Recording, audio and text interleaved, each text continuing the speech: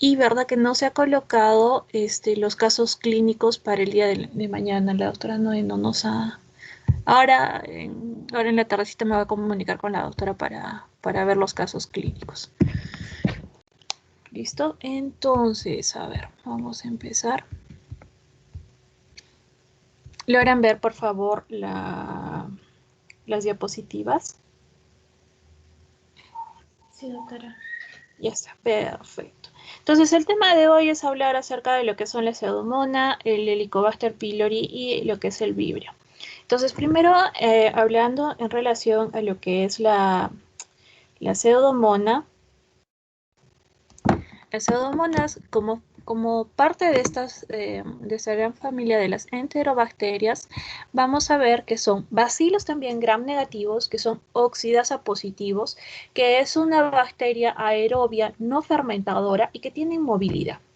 Estas pseudomonas nosotros los podemos encontrar en el medio ambiente, tanto en el agua como en la tierra, porque forman parte de los organismos que intervienen en la descomposición de sustancias orgánicas.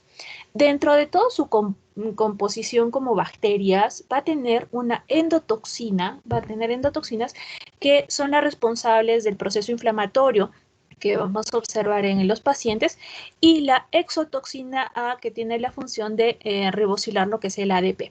Además de eso, vamos a encontrar una característica importante que muchas veces la podemos observar al momento de encontrar la infección por pseudomonas, es que estas bacterias pues presentan o van a formar una cápsula, o más bien considerada como una capa de slime.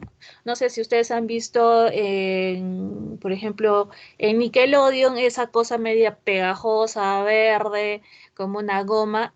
Algo muy similar es el slime que forma la pseudomona.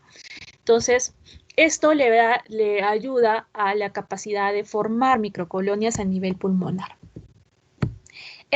Presenta resistencia a las beta-lactamasas, lo cual es mediado por plásmidos y por enzimas acetilantes. Es positivo para lo que es el citrato de Simmons, negativo para la descarboxilasa de lisina y la descarboxilasa de ornitina, en caso que utilicemos el medio mío. Es no productora de H2S, ¿listo? Y por acción de la trimetilamina va a producir un olor característico en relación a como si fueran frutos cuando nosotros tenemos los cultivos. Es algo muy común, ¿no? Siempre cuando estamos trabajando en el laboratorio, ¿no? O a veces, por ejemplo, en las unidades de quemados, si uno entra y siente ese olor a frutas, pues de inmediato uno ya sabe de que hay infección por pseudomonas, ¿no? Ese olor es muy característico. Dentro de todos los exámenes bioquímicos diferenciales que nosotros empleamos para poder diagnosticar la pseudomonas, existe un examen que lo hacemos, digamos, en particular con esta bacteria, que es el OF. El OF viene de lo que es la oxidación-fermentación. Entonces, ¿qué es lo que me permite esta prueba? Detección de ácido tanto en la fermentación como en la oxidación. ¿Y esto cómo se va a manifestar? Estas bacterias aerobias van a crecer en el tope de nuestro medio, porque acuérdense que trabajamos con tubos. ¿Listo? Acá el medio no va a estar inclinado por si acaso, y entonces en la parte superior vamos a ver que estas bacterias aerobias van a crecer y van a producir ácido cuando se da la oxidación. En el caso de la fermentación se va a producir más ácido, lo que causa que el tubo obtenga un color amarillo. ¿Listo? Esto lo vamos a ver ahorita en un ratito, cómo se observa este medio OF.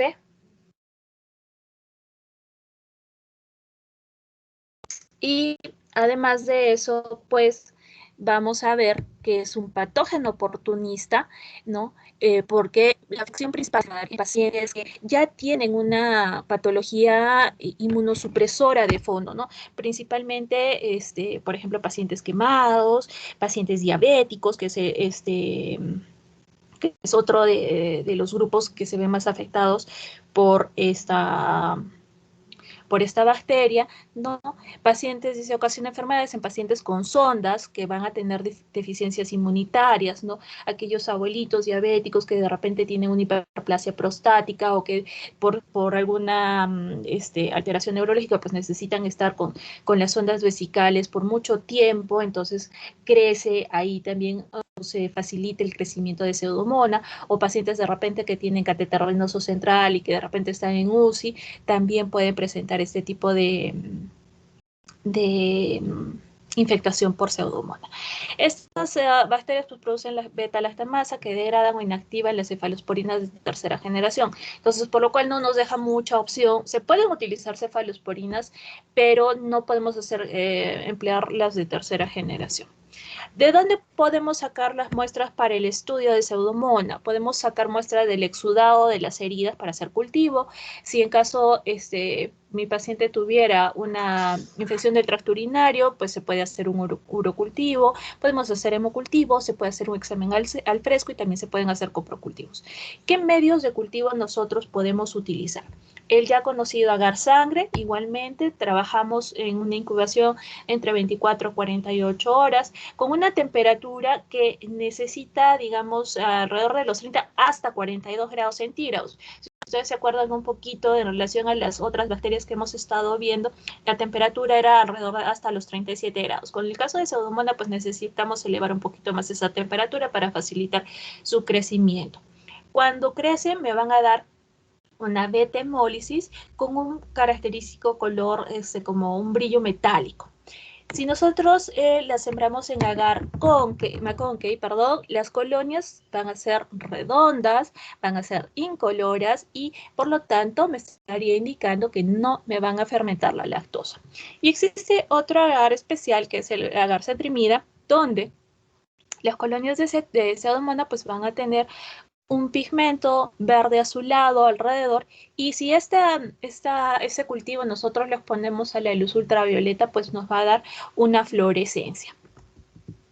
¿Correcto? Entonces, así es más o menos como nosotros visualizamos el crecimiento de los medios de cultivo para Pseudomonas, ¿no? Como les dije, en el caso del agar sangre, sí se logra evidenciar una beta hemólisis, pero además las colonias pues, van a tener esa característica de ese brillo metálico.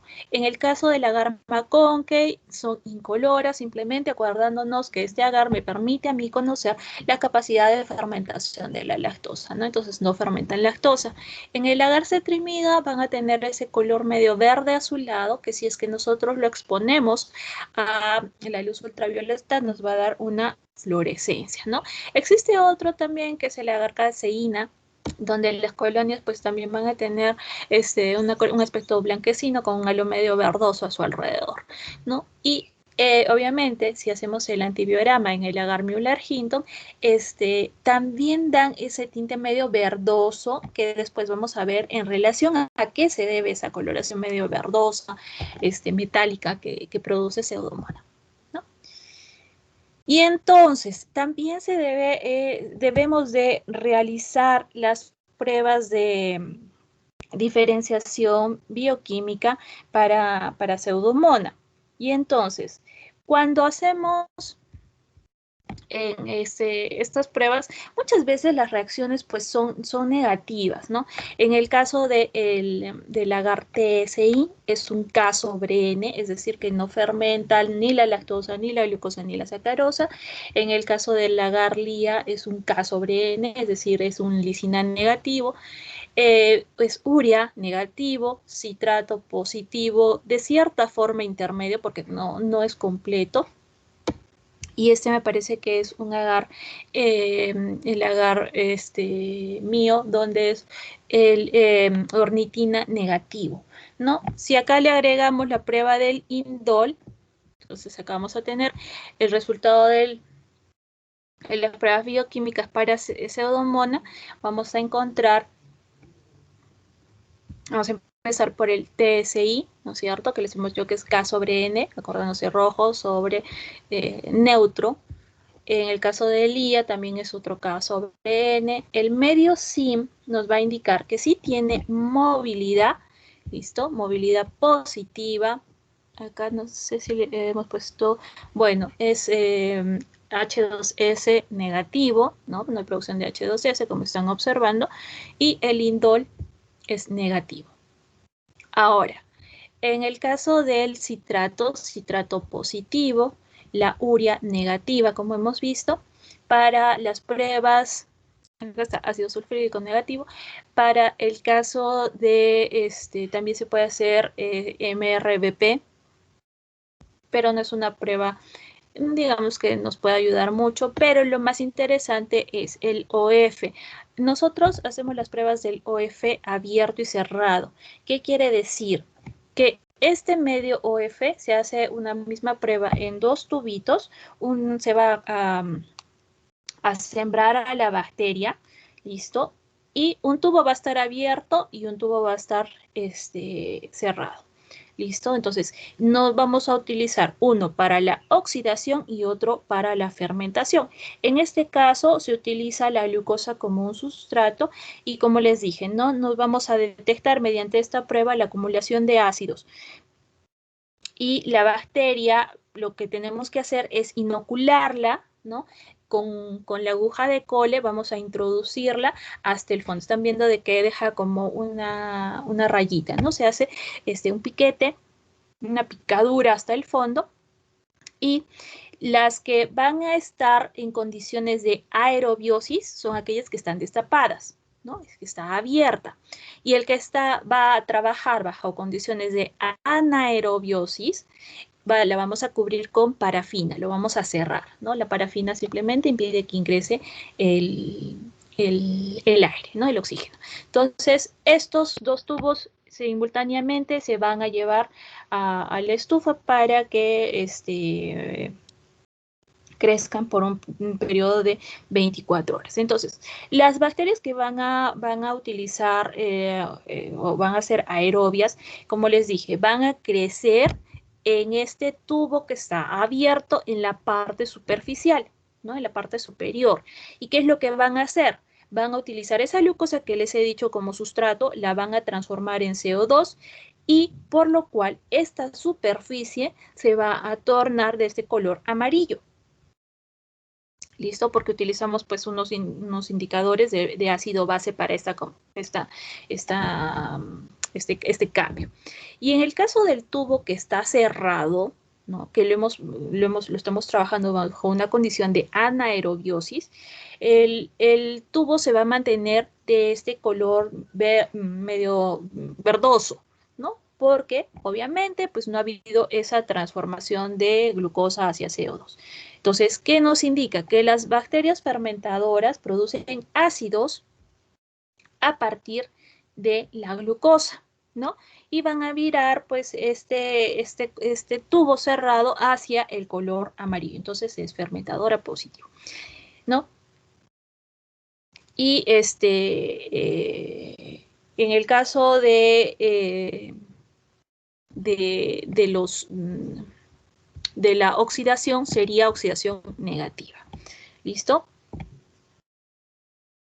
Entonces, en eso consiste la prueba del OF, ¿no? Determinar, pues, la producción de ácidos o la acumulación de ácidos en el medio. Si yo observo las bacterias, ¿no? Tengo esta imagen, bacilos gram negativos, ¿no? Y en el caso del cultivo Cetrimid. Entonces, por eso sé que acá el OF abierto, que es este de acá, sería positivo, ¿no? Positivo para la fermentación, ¿no? Y el OF cerrado negativo para la oxidación, ¿no? Pero le indicamos OF abierto positivo, OF cerrado negativo, es lo mismo. Muy bien, de ahí, una de las de otras cosas que podemos estudiar pues es la presencia de la pioverdina, ¿no? Y obviamente la fluorescencia en este agar cetrimide que les indiqué que siempre va a producir una fluorescencia para lo que es pseudomonas,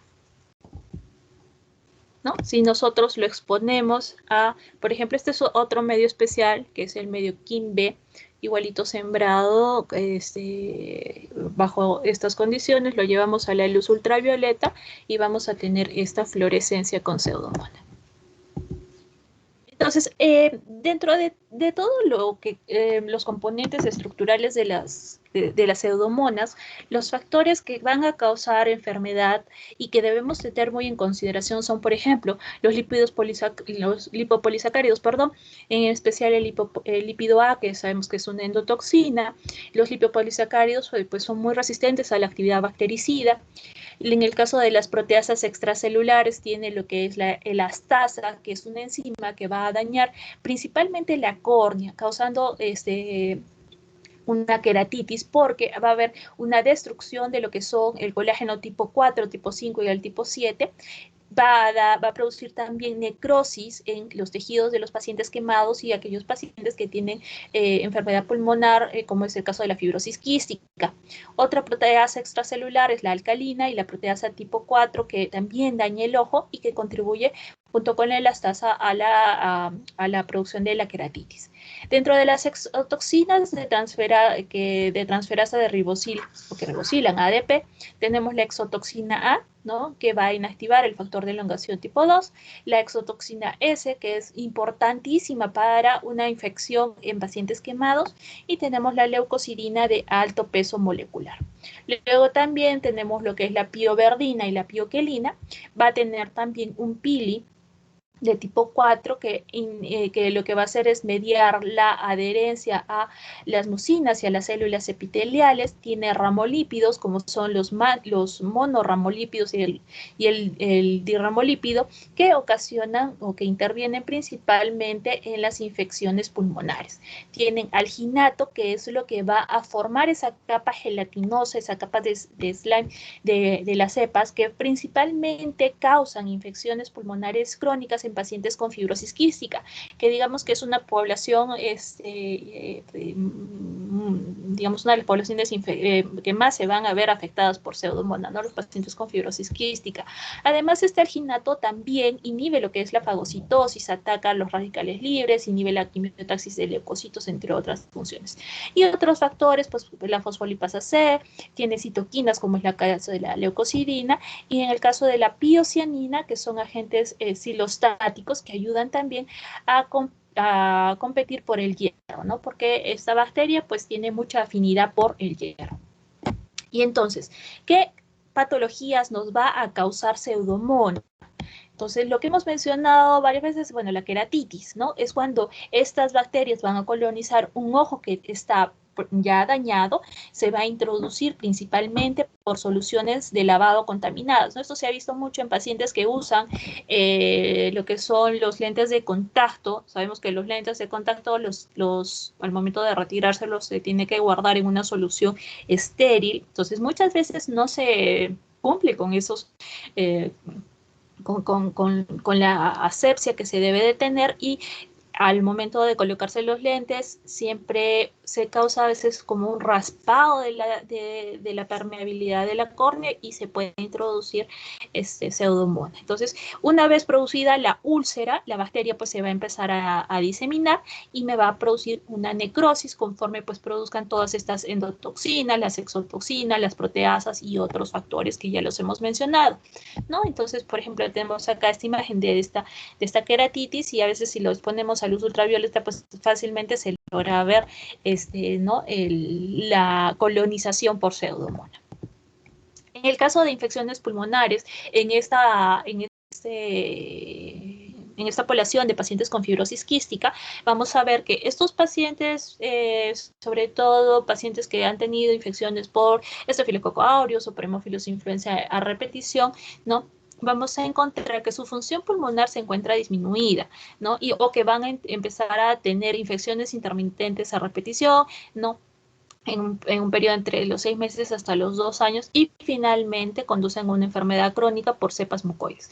Estas cepas de pseudomonas son cepas que tienen un pili, y este pili lo que hace es que la bacteria se adhiera al epitelio respiratorio, y las bacterias pues van a migrar al epitelio pulmonar y van a producir este alginato que les hemos mencionado, que finalmente pues va a causarme tanto daño, ¿no? En este caso, esta es una imagen, una tomografía de lo que sería unos pulmones infectados por pseudomonas, ¿no?, con varios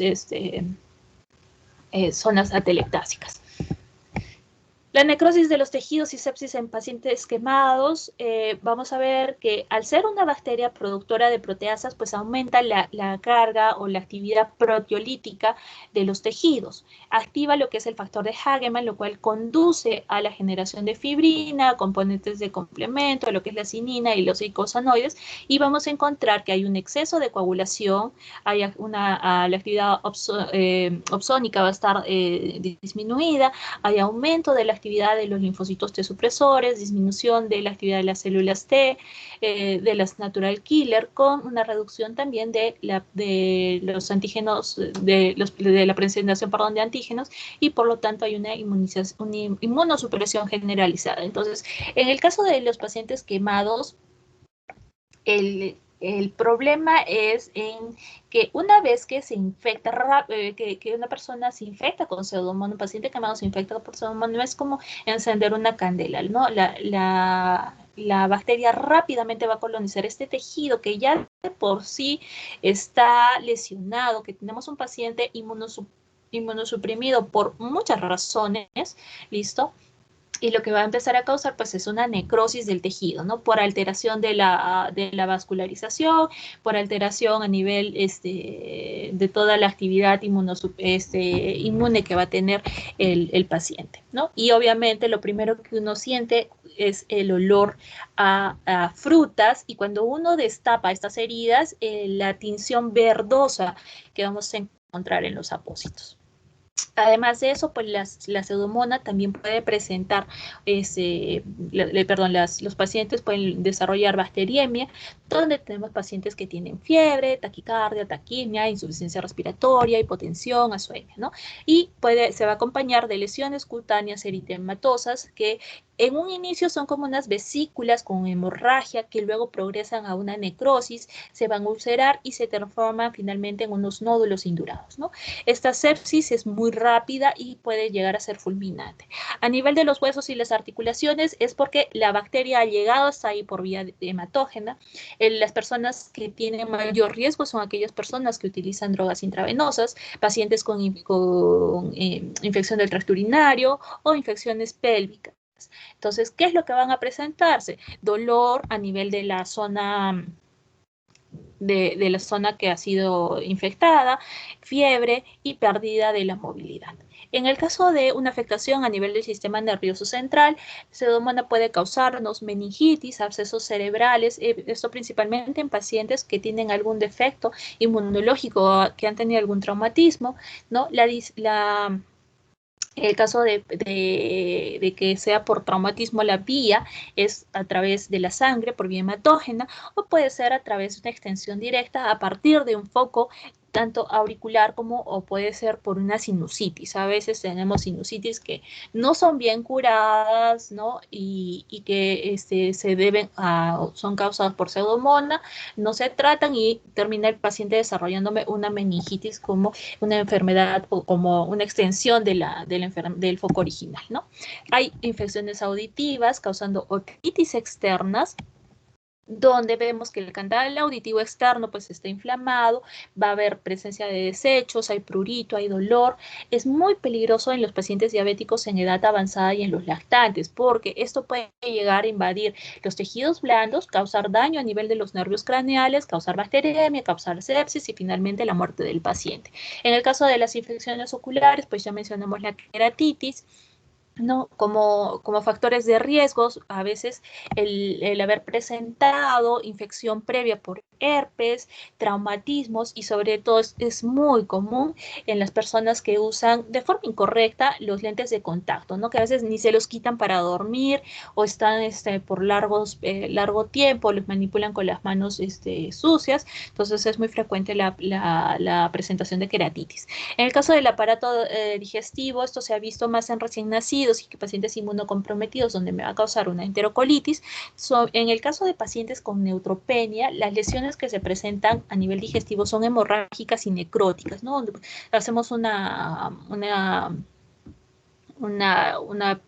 endoscopía para ver todo lo que es intestino, una colonoscopía y podemos encontrar estas lesiones.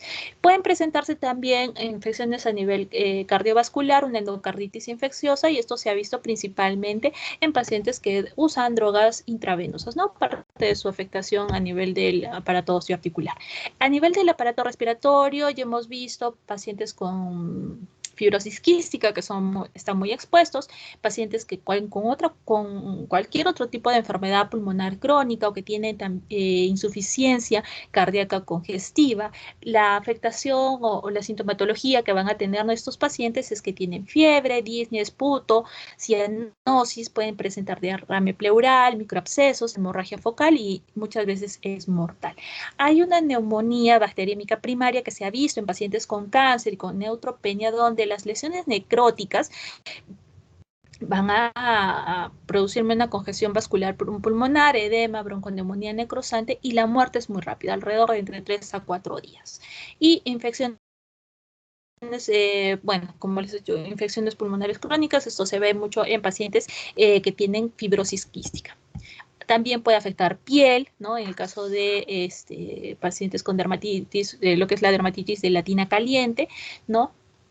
El también conocido pie de inmersión tropical, pacientes con pie de atleta o síndrome de la uña verde. Infecciones a nivel de las vías urinarias, son infecciones de tipo nosocomial, pacientes que tienen una sonda urinaria fija, ¿no? Que tienen una prostatitis crónica o cálculos renales. En el caso de hacer un examen de laboratorio, como les mencioné, podemos tomar muestras del esputo, la pus o una biopsia de esta quemadura, de la queratitis o del eczema gangrenoso que se va a formar, ¿no? Se hace la tinción, se puede examinar bajo el microscopio, vemos estos bacilos gram negativos, hacemos los cultivos, ya sea en agar sangre, en agar cetrimida o en agar McConkey, y se hacen las pruebas bioquímicas respectivas.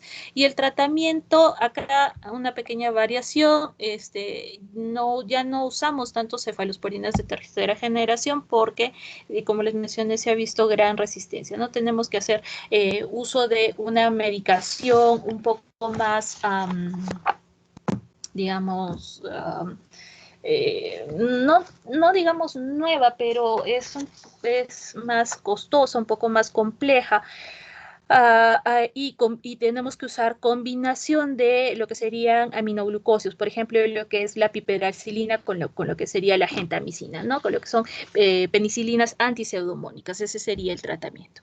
¿Listo?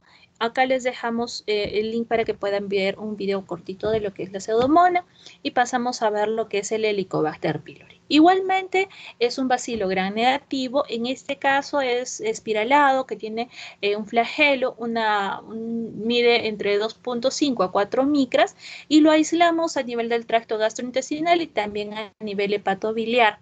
Es una bacteria microaerofílica, oxidasa positivo, catalasa positivo, uriasa positivo. Esto es sumamente importante, por favor, la uriasa, porque nos va a ayudar mucho al momento de hacer el diagnóstico, y crece a una temperatura de 37 grados.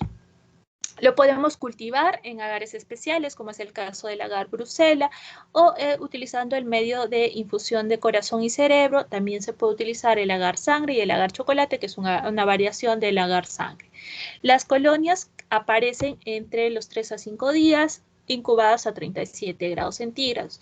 El H. pylori nos va a dar, si nosotros lo sembramos en agar sangre, es una hemólisis muy leve, ¿no? Es un alfa hemolítico.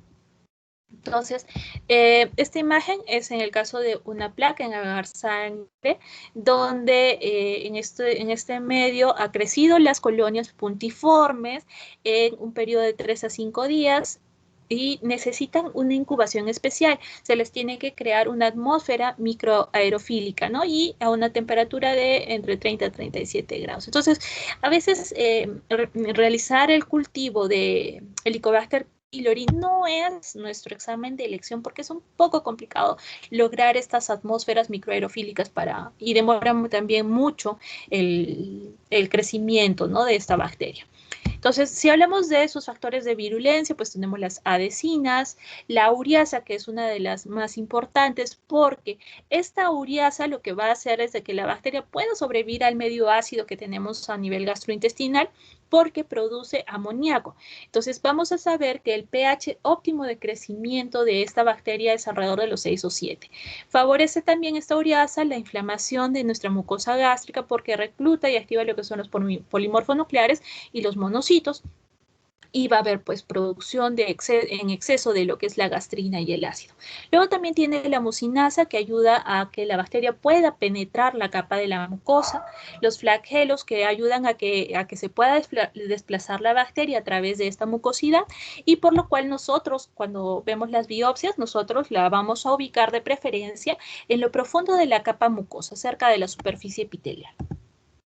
Luego tiene una toxina vacuolante, que es la toxina BAC-A, que es un activador de la interleuquina 8, por lo cual va a mediar la inflamación aguda que va a acompañar a la lesión, y también hace que las células del cultivo elaboren pues, muchas vacuolas citoplásmicas. La otra proteína importante es la CAC-A, que acentúa la actividad de la citotoxina vacuolante, ¿no? Con la atracción de neutrófilos. También tiene la superóxido dismutasa y la catalasa que permiten que esta bacteria pues, pueda sobrevivir dentro de estos polimorfos nucleares y dentro de estos monocitos. Luego tiene la fosfolipasa A1, la A2 y la C, que contribuyen también con el daño de la mucosa gástrica y también de la mucosa duodenal. Entonces, acá tenemos factores bacterianos que intervienen o que favorecen, ayudan a que la bacteria pues, cause todo este daño, tanto a la estructura, las adhesinas, las porinas, las enzimas que hemos mencionado. También hay factores del hospedero que son importantes, el tiempo, ¿no? El tiempo que el paciente se encuentra contaminado con el Helicobacter, dónde es que se va a localizar, si a nivel del antro, del duodeno, el tipo de respuesta inflamatoria que se va a dar, ¿no? Y a veces también influye un poco el área genética, pero eso está en estudio, ¿no? Entonces, finalmente, frente a toda esta interacción entre los factores bacterianos y los factores del hospedado, del huésped, vamos a ver que gracias a esta bacteria se pueden dar este tipo de enfermedades. Tenemos la gastritis crónica, las úlceras pépticas, me puede producir neoplasia, como es los linfomas, ¿no? El linfoma tipo MALT, y cáncer de estómago, ¿no? Los adenocarcinomas, por ejemplo. Entonces, en su ciclo de infección, pues esta bacteria las vamos a encontrar en las heces, en las secreciones orales o a nivel de la placa dental. La forma de transmitir esta bacteria, de que uno se contamine, es por vía oral-oral o por vía fecal-oral. No es solamente, ojo, de que uno vaya a comer alimentos que estén contaminados con esta bacteria. ¿Cuál es la otra forma de que uno se puede contagiar? A través de la placa dental le vamos a tener la bacteria. Entonces, si yo tengo una persona que tiene Helicobacter pylori y que tiene pareja, debo tratar también a la pareja, porque a través de los besos también uno se puede contagiar por Helicobacter pylori. Entonces, es una enfermedad que debe ser tratada, es tratamiento de pareja, ¿listo? El sitio más común de la infección, pues es a nivel del antro gástrico. No invade la mucosa, digamos en sí. Lo que va a hacer es producir una serie de sustancias que lo que hacen es erosionar la mucosa, por lo cual esto se manifiesta en una gastritis superficial crónica que en un inicio, pues a veces no produce tantos síntomas, ¿no? Y que como los pacientes simplemente lo dejan pasar o no hay mucha manifestación, no hay mucha molestia, esto va a seguir avanzando y finalmente se va a producir la úlcera. Entonces, ¿qué es lo que pasa con el H. pylori? Hace de que se aumente la secreción de gastrina, que se aumente la producción de ácido gástrico, lo cual va a causar que en la mucosa gástrica empiece a transformarse, ¿no? Entonces empieza a causarme una metaplasia gástrica, lo que favorece la colonización a nivel del duodeno por H. pylori, ¿no? Entonces ya no tengo epitelio gástrico, sino este epitelio gástrico se transforma en epitelio duodenal, entonces favorece eso. Entonces, como les dije, las patologías, gastritis crónica, donde tenemos una inflamación de la mucosa y lo que va a producir en los pacientes es esa sensación de plenitud constante, como que hubiera una mala digestión, hay náuseas, hay vómitos, hay hipoclorhidria. En el caso de la úlcera péptica, esto se va a dar más a nivel de la unión del cuerpo y el antro o a nivel del duodeno proximal. En el caso de las neoplasias, tenemos el adenocarcinoma gástrico o el linfoma tipo MALT, que es un linfoma de tipo no Hodgkin, ¿no? El tratamiento es un tratamiento complejo porque tengo que dar no solamente antibióticos, sino también inhibidores de bomba de protones, se tiene que dar bismuto y tengo que utilizar varios esquemas, ¿no?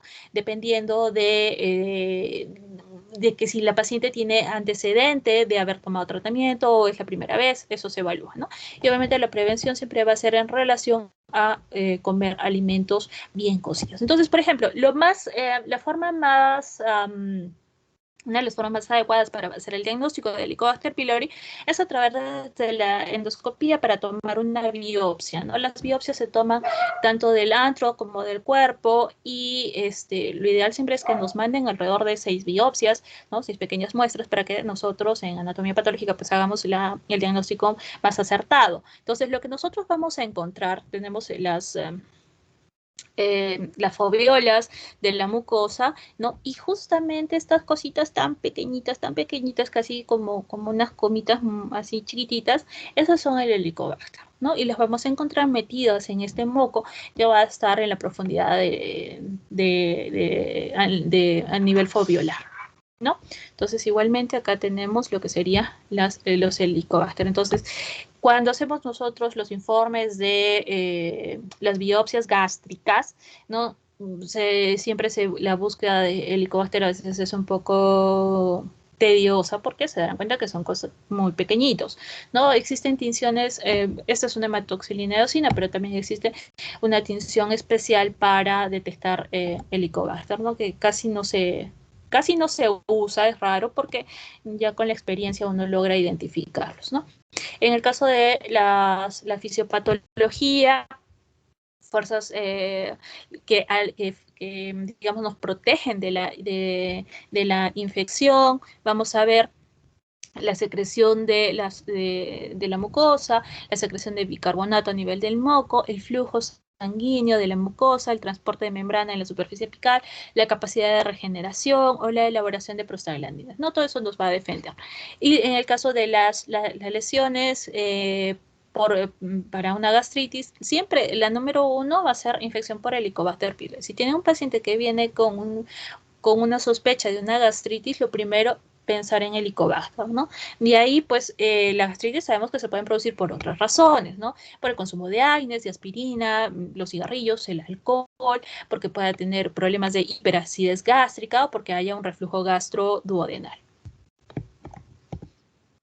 Entonces, en el caso de la historia natural de la infección por Helicobacter, puede tardar en semanas o meses para que se produzca una gastritis crónica superficial y años hasta décadas para que esto se vaya proliferando hacia una úlcera péptica, si siga manteniendo la úlcera gástrica, úlcera crónica superficial, o que me desarrollen enfermedades linfoproliferativas como este linfoma tipo MALT, o que desarrolle lo que es una gastritis crónica atrófica que a lo largo, si es que no es tratada a tiempo, pues termina degenerando en un adenocarcinoma gástrico. El tratamiento, como les dije, es un tratamiento muy complejo. Tenemos varias líneas de tratamiento. Por ejemplo, acá tenemos en primera línea dar inhibidores de bomba de protones por cada 12 horas, más claritromicina con amoxicilina, con metronidazol por un periodo de 14 días. Como si tengo pacientes alérgicos a la penicilina, pues se da también inhibidor de bomba, más bismuto, con tetraciclinas o doxiciclinas, más metronidazol, también por un periodo entre 10 a 14 días. Ya en segunda línea utilizamos bismuto, amoxi con levofloxacino, siempre va presente el inhibidor de bomba de protones, ¿no? O podemos utilizar doxiciclina más metronidazol, todo esto por un tiempo de 14 días. Y si fuera alérgico a la penicilina como segunda línea, se puede dar levofloxacino más claritromicina. Esto cuando haya un fracaso del primer tratamiento con bismuto, ¿no? De este primer tratamiento cuádruple con bismuto. Y la tercera línea es ya empezar a tratar de ver otra mezcla de fármacos que no se han usado. Entonces, lo ideal siempre es indicarles a los pacientes, sobre todo el tipo de antibióticos que nosotros usamos van a causar tal vez un poco más de molestias gástricas que las que haya tenido por la misma infección por Helicobacter. Y hay que explicar eso y hay que ser muy claros de que por más molestias que pueda dar, sobre todo, por ejemplo, el caso de la claritromicina, puede producir un poco de náuseas. En el caso del metronidazol, el sabor metálico que va a dejar en boca, ¿no? Hay que indicar y ser muy claros respecto a eso porque es una de las principales causas por la cual nuestros pacientes dejan de tomar el tratamiento. Entonces, se empiezan a sentir peor y simplemente dicen, el tratamiento no está funcionando, lo dejan ahí y lo que van a crear pues es una resistencia del Helicobacter sobre todo a los fármacos de primera línea. Entonces hay que ser muy claros con eso en relación al paciente y sobre todo, especialmente con el metronidazol, no solamente el hecho de ese sabor metálico que va a dejar en boca, sino que se debe indicar de que por ninguna razón el paciente debe de consumir alcohol porque si no me va a producir un efecto antabús. Es decir, que si toma alcohol, pues se va a sentir, por más de que sea un poquito de alcohol, así una probadita, pues el paciente va a sentir como si se hubiera tomado pues toda una botella de whisky él solito, ¿no? Los efectos de la borrachera van a ser mucho más intensos. Entonces, por eso está prohibido la toma de alcohol con estos medicamentos. Y el diagnóstico. Lo ideal siempre es la toma de la biopsia para hacer la tinción con piensa, que nos ayuda mucho a visualizar los helicobacters, puede tener con HE o tinción de plata. Hacer los cultivos, que es un poco más difícil. Lo más rápido es la determinación de los anticuerpos o hacer la prueba del test de la urea en el aliento, ¿no? Se pueden hacer también sondas genéticas, técnicas de inmunofluorescencia, de sistema de reacción en cadena de la polimerasa ¿no? Y principalmente lo que es más fácil es la prueba del aliento para el HEP. Entonces, esta prueba del aliento lo que va a detectarme es la presencia de esta ureasa que le hemos estado mencionando, donde el examen consiste en que el paciente va a ingerir una solución que contiene urea marcada con carbono y después de 30 minutos pues se va a indicar al paciente que sople, ¿no? Se toma una muestra del aliento y si es que hay HP, a nivel del estómago va a ser, obviamente, va a producir la ureasa, ¿no? Y esta ureasa, perdón, de la bacteria va a hidrolizar la urea y se va a liberar CO2 marcado con carbono. Entonces, eso es lo que vamos a detectar. Entonces, el resultado va a medir el contenido de carbono, ya sea carbono 14, carbono 13, lo cual nos estaría indicando la presencia de la bacteria. Esta prueba tiene una sensibilidad entre el 90 al 100% y una especificidad también que llega acá hasta el 100%. Entonces, se darán cuenta que es una prueba que es muy fácil de realizar, que es rápida, que tiene alta sensibilidad y alta especificidad. Entonces, si a veces los pacientes están un poco reacios a realizarse una endoscopía, listo, porque obviamente es una prueba un tanto molesta, pues esta es una forma muy fácil de poder detectar la presencia del Helicobacter. Pero ojo, esto la endoscopía siempre va a ser la prueba ideal. ¿Por qué? Porque a mí no solamente me interesa detectar la presencia del Helicobacter, que finalmente es lo que nosotros en patología vamos a ver, sino lo interesante es observar cómo está esa mucosa, cuánto daño me ha causado el Helicobacter, ¿no? Porque, perfecto, tiene Helicobacter, pero imagínense que la lesión ya tenga cambios displásicos o que esté empezando a presentarse un adenocarcinoma, ¿no? O empezando a desarrollarse un linfoma, ¿no? Entonces, de nada me sirve a mí saber simplemente si tengo la bacteria o no, si es que yo no conozco cuál es la realidad, cuál es el verdadero estado de la mucosa. ¿Listo? Entonces, dentro de todos los métodos diagnósticos, dentro de los invasivos, bueno, el examen de la ureasa, que es el más rápido, las pruebas histológicas, que bueno, depende mucho del endoscopista para la toma de la biopsia y obviamente se necesita de un patólogo que esté entrenado para la observación de esta muestra. El cultivo es variable, es un trabajo, es un método, como les dicen, muy laborioso, ¿no? Un poco difícil de realizar. Dentro de los no invasivos, el examen de aire expirado con carbono 13, carbono 14, la serología, que más bien acá no, como dicen, no distingue la infección activa de pasada. Muchos diagnósticos pueden variar la exactitud, eso hay que ver, depende del laboratorio.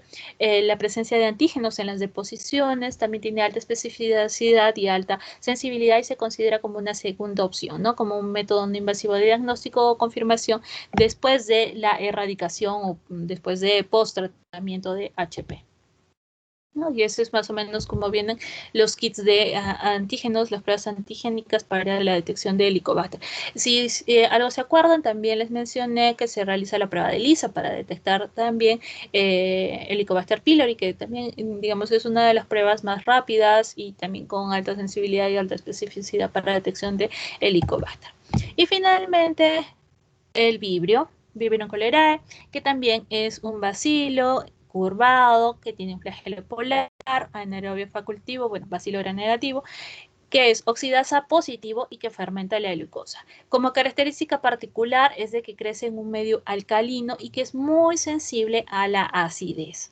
Hay 139 serotipos basados en el antígeno somático. Los más comunes tenemos el O1 o biotipo el TOR, ¿no? Y el biotipo cholerae, que es el causante de las pandemias que conocemos, y el O139, en el cual se distingue principalmente la toxina del cólera. Entonces tenemos los biotipos y los serotipos. Dentro de los biotipos tenemos el TOR, el clásico, el serogrupo, el O1, y los serotipos, el Icojima, Ogawa y el Inaba, perdón.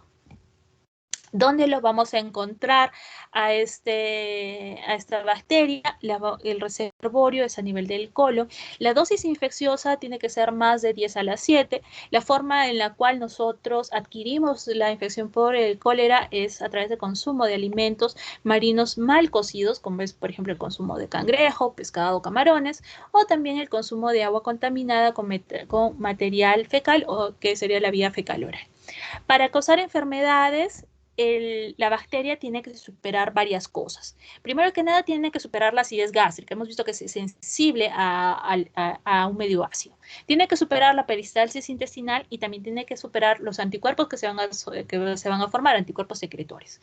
Entonces, para todo eso, pues va a tener una estructura antigénica importante, que está formada o que está compuesta por lo que es el antígeno flagelar H y el antígeno somático O.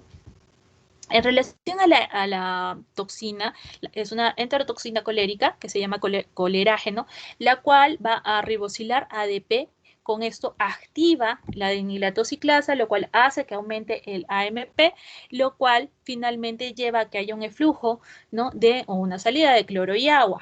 Por eso el tipo de deposiciones que se van a presentar en el caso del Vibrio. Entonces, ¿no? Tenemos acá más o menos cómo es que tiene que tratar de hacer frente a nuestros mecanismos de defensa, de invadir la mucosa del colon, para causar pues todas estas alteraciones hidroelectrolíticas a nivel del colon, ¿no? Su periodo de incubación va a ser entre 1 a 3 días. Al inicio la infección puede ser asintomática y luego avanza o los pacientes pueden desarrollar unas diarreas severas muy características que son de tipo acuosa, como lavado de arroz. Cuando el paciente refiere eso de lavado de arroz, lo primero que tiene que venírseles a la cabeza es infección por Vibrio cólera, ¿no? Estas deposiciones van a estarse acompañando también de moco, pero no van a presentar ni sangre ni pus. Además de eso, los pacientes tienen vómitos muy intensos y constantes, espasmos musculares a causa de la deshidratación y de este desbalance, un dolor abdominal tipo cólico con distensión. Los cuadros más severos pues llevan a una deshidratación, a hipotensión y shock. En el caso de los niños también que se ven afectados pueden tener fiebre, convulsiones, hipoglicemia y coma. Como complicaciones, los pacientes presentan acidosis metabólica, hipocalemia, alteraciones en el electrocardiograma, pueden presentar hilio paralítico y arritmias cardíacas. Esta bacteria nosotros la conocemos muy bien, ¿no? Por alrededor de los años 90, en la década de los 90 tuvimos la última epidemia de cólera en el Perú, y que fue justamente a causa del consumo de alimentos mal cocidos y también porque nuestro sistema de agua y desagüe pues se encontraba en peores condiciones que las que tenemos el día de hoy, ¿no? Muchos sitios no cuentan con desagüe, ¿no? En esa época pues era un poco más, y tampoco contaban con agua potable, y se tenía la costumbre de tomar el agua directamente del caño, ¿no? Sin cocerla, y tampoco no había mucho consumo de agua embotellada. ¿Listo? Entonces, todas esas condiciones facilitaron que se desarrolle la epidemia en nuestro país, ¿no? Nosotros, ustedes saben, el hecho de comer comida marina, sobre todo el ceviche, es pescado crudo, entonces no se logra eliminar la bacteria al 100%. Se dijo de que esta bacteria llegó al Perú procedente de un barco chino, donde la tripulación pues estaba enferma y todas las deposiciones finalmente terminaron al mar, ¿no? Donde los pescaditos se alimentaban de estos desechos, estos pescaditos iban directo a nuestros platos y así la población se contaminó.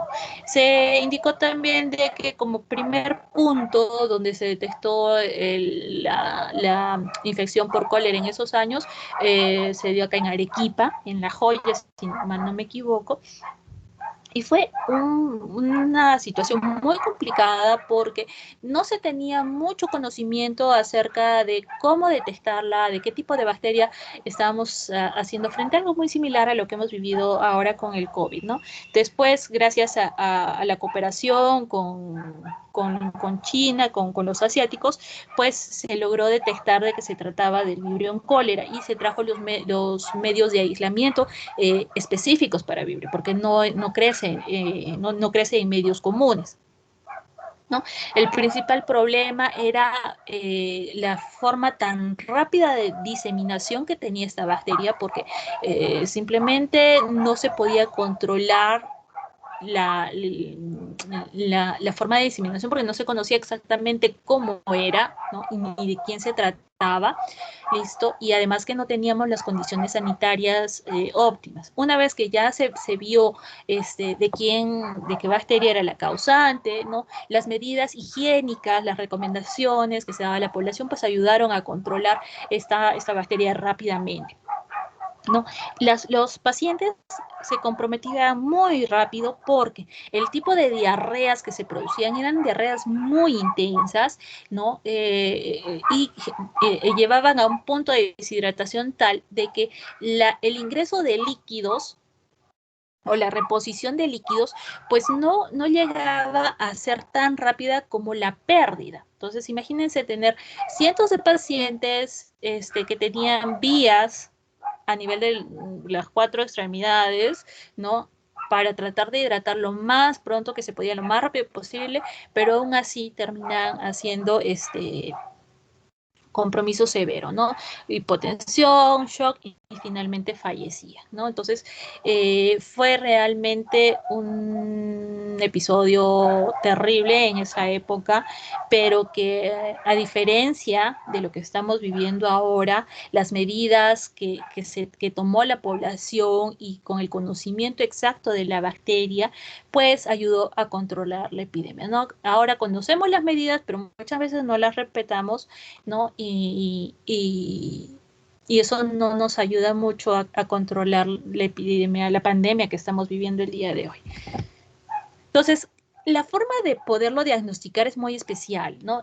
Podemos hacer cultivo de heces, podemos también buscar a la bacteria tanto en el agua como en los alimentos, y tenemos que utilizar ya sean medios enriquecidos como medios con agua peptonada alcalina, y este medio, el medio TCBS, que es el medio específico para el crecimiento de vibrio. Es un medio que va a tener un pH entre 8.5 y 9.5, lo cual ayuda a suprimir la flora que puede estar contaminándome la muestra. Tiene también proteínas animales, de plantas, tiene sales biliares, cloruro de sodio, tiosulfato de sodio, citrato férrico, sucrosa. Me ayuda también a conocer la producción de H2S. Como indicador de pH utilizamos el azul de bromotimol y el periodo de incubación entre 18 a 24 horas a 35 grados centígrados. Entonces, las colonias que van a crecer en este medio TCBS, que son medio normales de color verde, lo vamos a observar, son colonias grandes, redondas, amarillas. Este color amarillo se lo va a dar por la fermentación de la sacarosa. Son colonias lisas, brillantes y ligeramente aplanadas. Entonces, esa es cómo se desarrollan en este agar TSBS. Si yo lo siembro en el agar Maconque, también me pueden dar colonias pequeñas, translúcidas, que finalmente son negativas para la lactosa, ¿no? Que es algo que hemos visto en muchas otras bacterias de esta familia de centrobacterias, ¿no? Entonces acá tenemos, este es el agar TSBS, es un agar de color verde con todos estos componentes que les he mencionado, y las colonias de Vibrio son de esta, como he indicado, ¿no? Son colonias amarillas, ¿no? Y si nosotros lo observamos simplemente con la tinción de Gram, pues son bacilos Gram negativos. Ahora, cuando nosotros hacemos también las pruebas de diferenciación para lo que es el vibrio, vamos a encontrar que en el caso de el TSI va a ser un A sobre A, en el caso de el IA va a ser un LIA K sobre K. Vamos a tener la urea, que puede ser la uriasa, perdón, que es negativa, el citrato positivo, en el caso del indol es positivo, esta es la prueba del mío, la prueba de la ornitina, que va a ser ornitina positivo, y para el caso de la movilidad es movilidad positiva. Entonces, la prueba del TCI, A sobre A, el KIA, que es otro, es como un LIA modificado. Tenemos la prueba de la oxidasa positivo, gas negativo, lisina positivo, ornitina positivo, movilidad, bueno, acá no lo puesto movilidad positiva. Muy bien, ahora, en relación al tratamiento, lo principal es manejar la hidratación del paciente, si es que lo permite por vía oral, pero en la mayoría de los casos es muy difícil hacer la reposición por vía oral. En esa época de esa epidemia es donde se crearon los famosos sobrecitos de rehidratación oral, ¿no? De las sales orales. La mejor forma es siempre por vía parenteral y por ningún motivo debemos administrar antidiarreicos, por ningún motivo, porque eso hace que la bacteria no se pueda eliminar, ¿no? Porque acuérdense que el peristaltismo es uno de los factores que me ayudan a que la bacteria no colonice. Listo, entonces si yo doy antidiarreicos, pues este peristaltismo se va a detener y me favorece más bien que la bacteria crezca. Y en relación a la antibiótico-terapia, pues podemos utilizar tetraciclinas, doxiciclina, trimethoprim-sulfamethoxazol, eritromicina o ciprofloxacino, ¿no? Son antibióticos que cubren muy bien o que atacan muy bien a lo que es el vibrio y son de muy fácil de conseguir. Entonces, actualmente no se han visto casos de vibrio en cólera hace mucho tiempo, felizmente, pero siempre hay que estar atentos a cualquier presentación. Es más, se debe de informar inmediatamente si es que hay algún caso para evitar que haya una propagación rápida de la enfermedad, ¿no? Lograr controlar, hacer un cerco epidemiológico, ¿no? Y contener cualquier el intento de extensión de la enfermedad, ¿no? Porque es altamente contagiosa si es que no se toma los cuidados necesarios en cuanto a la higiene que uno debe tener con el preparar los alimentos, en cuanto al manejo de las excretas, ¿no? Y cuanto al manejo de los pacientes, ¿no? Igualmente les hemos colocado ahí un videito para que ustedes puedan ver un poquito más acerca de lo que son estas tres bacterias, y con eso creo que ya vamos a terminar todo lo que son las enterobacterias. ¿Alguna consulta, chicos? ¿Alguna pregunta?